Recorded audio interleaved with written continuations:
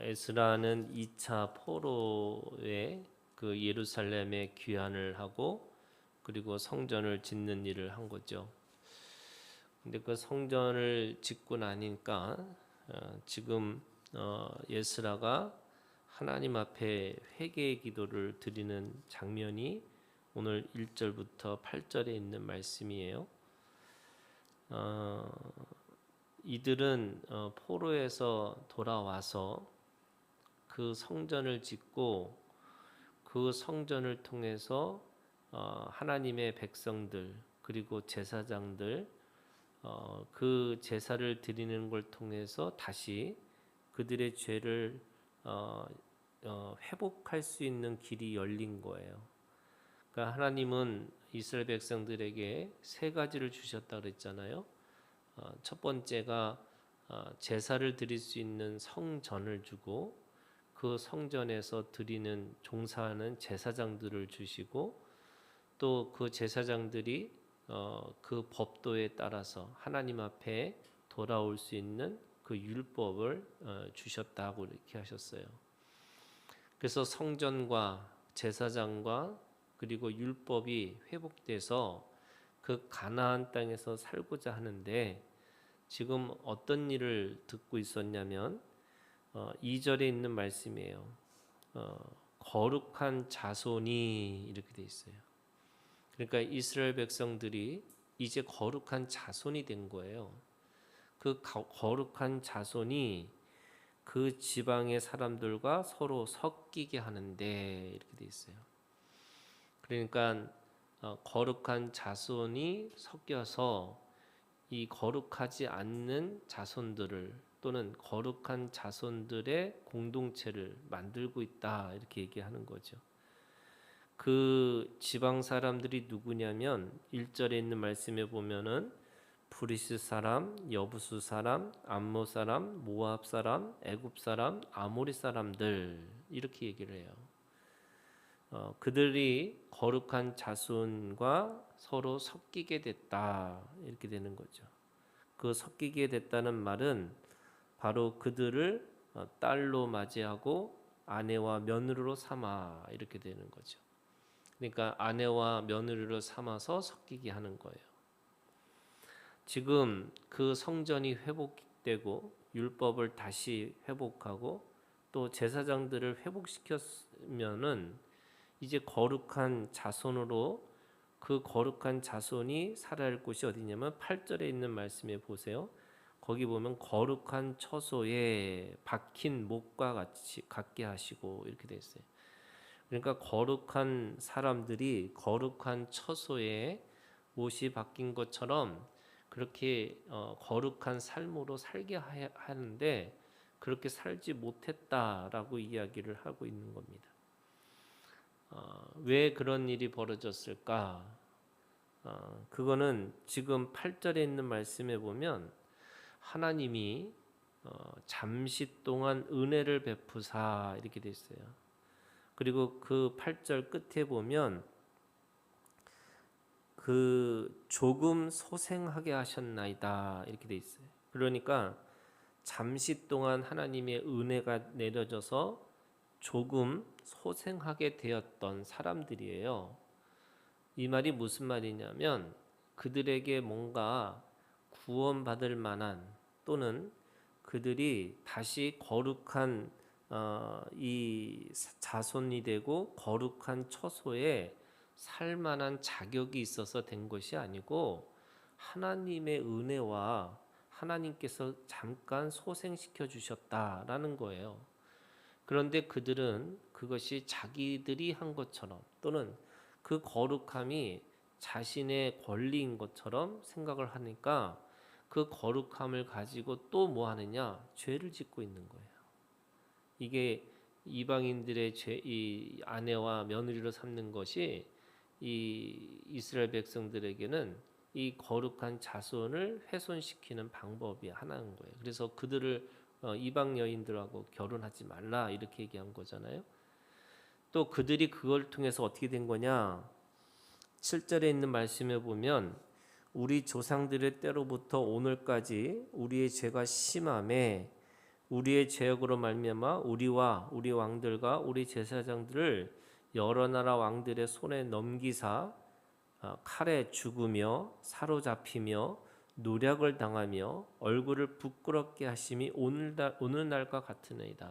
그러니까 그들이 이미 과거에 그 죄 때문에 하나님으로부터 다른 여러 나라의 왕들의 손에 넘겨져서 칼에서 죽으며 사로잡혔고 노략을 당했고 얼굴을 부끄럽게 하셨는데도 불구하고 그들이 또 똑같은 그 죄를 범하고 있다, 이렇게 얘기를 하고 있는 겁니다. 그러면 지금 오늘 에스라는 지금 이 마음을 가지고 하나님 앞에 기도하는 거예요. 이 에스라의 마음이 어떤 마음이냐? 오늘 말씀에 보면 그들을 비난하는 게 아니에요. 또 그들을 원망하는 게 아니고 그것이 이 자신의 죄인 것처럼 그거를 하나님 앞에 그들의 죄의 용서를 빌고 있는 기도를 하고 있어요. 그게 중보 기도죠. 그러니까 지금 에스라의 중보 기도를 하고 있는 거예요. 그게 이 우리의 죄라는 거예요. 우리의 죄. 자신은 그렇게 하지 않았지만 그 거룩한 자손으로 또는 거룩한 처소에 살아가는 사람으로서 그게 우리 모두의 죄라, 이렇게 얘기를 하고 있는 거죠. 그러면 첫 번째, 이 에스라는 어떻게 기도했느냐? 3절 이렇게 돼요. 내가 이 일을 듣고 속옷과 겉옷을 찢고 머리털과 수염을 뜯으며, 이렇게 됐어요.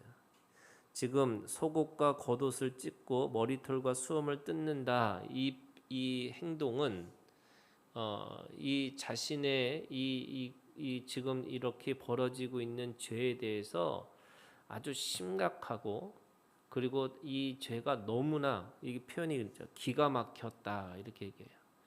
기가 막혔다. 이게 성령의 운행하심이 막힌 거예요. 하나님의 그 생기가 막혀버렸어요. 얼마나 비참하고 얼마나 처참하면 그런 그 자신의 모습을 그렇게 지금 몸으로 행동으로 보여주고 있는 거죠. 그러니까 이 속옷과 겉옷을 찢고 머리털과 수염을 뜯는 이 마음을 가지고 하나님 앞에 나온 거죠. 지금 그게 에스라의 기도입니다. 그래서 이 죄에 대한 비탄, 이 죄에 대한 이 너무나 이 큰 죄에 대해서 절망하는 거죠. 자신들이 그 바벨론으로 끌려갔던 이유는 그들의 죄 때문에 70년 동안 죄값을 치렀는데 다시 또 그들이 똑같은 죄를 짓고 있다, 이렇게 얘기를 하고 있으니까 지금 하나님 앞에 자신의 그 절망과 그 슬픔과 또 그 분노를 지금 하나님 앞에 그렇게 그런 마음을 가지고 그렇게 지금 기도하고 있다라는 겁니다. 두 번째는